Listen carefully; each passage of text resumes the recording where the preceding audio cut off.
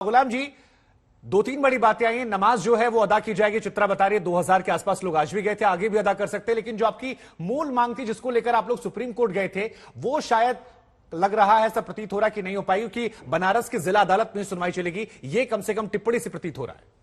नहीं, देखिए, इसको नकारात्मक नहीं देखा जाएगा। पिछले कई मामले सामने आए हैं, जैसे ताजमहल का आपने देखा होगा, जो PIL था उसको खारिज करते वक्त जो टिप्पणी थी उसको देखेंगे, और काशी के मामले को भी अदालत ने, मथुरा के मामले को भी अदालत ने उसी अंदाज में लिया था कि भाई इतने दिनों में आप पहले स्थानीय अदालत में सबको निपटाएं।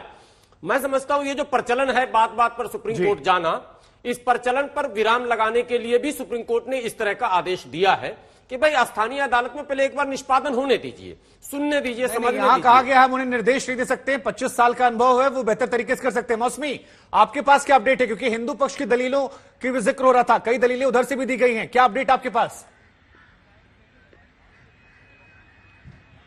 जी बिल्कुल, देखिए, हिंदू पक्ष ने ये दलील दी है कि आप किसी जज की विवेक पर अंकुश नहीं लगा सकते कि जज पहले क्या सुने और पहले रिपोर्ट देखे कि पहले सभी पक्षों की बात सुने। तो ये बात हिंदू पक्ष ने कही है, जबकि मुस्लिम पक्ष कह रहे हैं कि जो लोकल अदालत है उसके आदेश के बिना पर 5 मस्जिदों पर जो यथास्थिति है वो बदल रही है, उसको 5 मस्जिदों पर इस्तेमाल किया जा रहा है और देश में इससे सांप्रदायिक सौहार्द बिगड़ सकता है।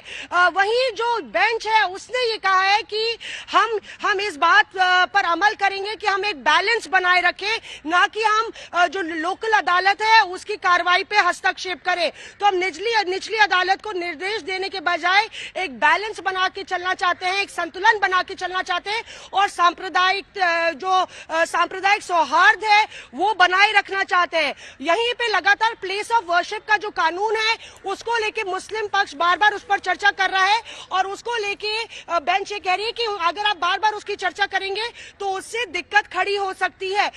लगातार आपको पता ही है कि हिंदू पक्ष कह रहा है कि प्लेस ऑफ वर्शिप एक्ट जो है वो यहाँ पे लागू नहीं होता, क्योंकि यहाँ पे 1947 से पहले से कई 100 साल पहले से ही यहाँ पे पूजा अर्चना लगातार चल रही है। बहरहाल अभी सुनवाई चल रही है और खबर यह आ रही है कि हम लोग इस सिचुएशन को हाथ से बाहर नहीं निकलने दे सकते। उन्होंने कहा कि एक तरीका ये है इस पूरे मसले को देखने का कि हम जो है इस प्ली को, इस याचिका को पेंडिंग रखें और जो मेंटेनेबिलिटी वाला मामला है उसको हम उसकी सुनवाई करें। अभी आपको बता दें कि कोई फैसला नहीं आया है। अभी शुभांकर कोर्ट जो है सलाह मशवरा और सुझाव दे रहा है कि हम क्या कर सकते हैं, पर लगातार संतुलन की बात कोर्ट जरूर कर रहा है कि हमारा अंतरिम आदेश जारी रह सकता है, इससे सब और शांति बनी रहेगी। ठीक है, मौसमी, जो आप बता रही हैं वो लगातार उस पर नजर रखिए, हम आपके पास आते रहेंगे। लेकिन अमिताभ जी, जो टिप्पणियां कोर्ट की तरफ से की जा रही हैं उनसे ये प्रतीत हो रहा है कि वो प्लेसेस ऑफ वर्शिप एक्ट की जो बात शुरू में की जा रही थी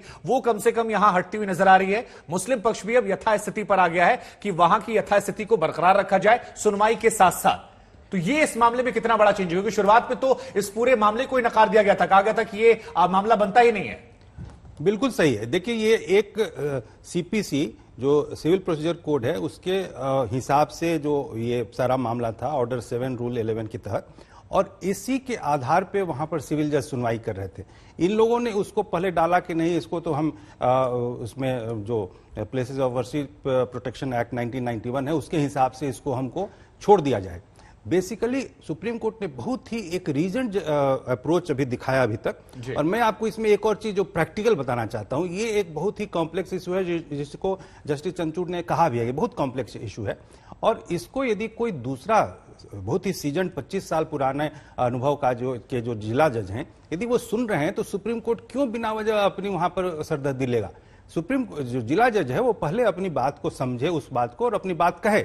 देखिए, ये मामला ऐसा है जिसमें कि जुडिशरी भी बहुत फूंक फूंक के कदम रखती है। ठीक है, तो इसीलिए मेरा मानना है कि ये तो जो बेसिक प्ली था, जो बेसिक प्रेयर था मुस्लिम पक्ष का और मस्जिद प्लस पक्ष का, वो एक तरह से हटता हुआ नजर आ रहा है। और मोटी बात यह है कि ये अमिताभ जी ये मान रहे हैं कि जो बेसिक मांग थी वो शायद हटती हुई नजर आ रही है। असगर खान साहब हमारे साथ जुड़े हैं, वो भी वरिष्ठ वकील है। असगर जी, आप जरा बताइए कि जो टिप्पणियां सुप्रीम कोर्ट की तरफ से अब तक आई हैं, जो बातें चल रही वहां पर, उसको लेकर अमिताभ जी का एनालिसिस ये है कि बुनियादी मांग जो थी वो शायद हटती हुई नजर आ रही है, अब दूसरे मसलों पर चर्चा हो रही है। आप इसका एनालिसिस कैसे कर रहे हैं अब तक जो कुछ सुप्रीम कोर्ट में चर्चा हुई है, जो टिप्पणियां सामने आई उसको लेकर?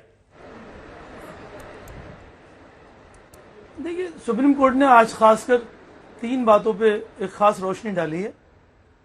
एक तो वही जो इससे पहले इम्प्यूग्न ऑर्डर हुए हैं कि आप नमाज होती रहेगी, और जो भी इससे पहले रिलीफ दिए हैं वो सब एज इट इज रहेगा। और इसके अलावा उन्होंने डिस्ट्रिक्ट कोर्ट के लिए कहा है कि भाई चूंकि बहुत मामला सीरियस है, सेंसिटिव है, तो डिस्ट्रिक्ट कोर्ट उसको अपनी कार्रवाई को, प्रोसीडिंग्स को जारी रखे। और जो ये ऑर्डर 7 रूल 11 के लिए उस पर भी उन्होंने कहा है कि भाई ये कोर्ट उस पर अपना फैसला दे और अपनी प्रोसीडिंग को जारी रखे।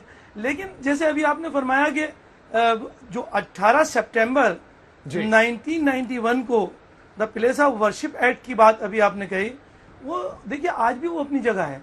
अभी हमारे दोस्त यहाँ मौजूद हैं, वो ठीक है। हालांकि ये बातें सर मैं आपके पास आऊंगा, वक्त फिलहाल मेरे पास कम है, लेकिन हिंदू पक्ष ने यही बातें कही है जी कि 100 साल से पुराना ये मामला, ये प्लेसेस ऑफ वर्शिप एक्ट के दायरे में नहीं आता है।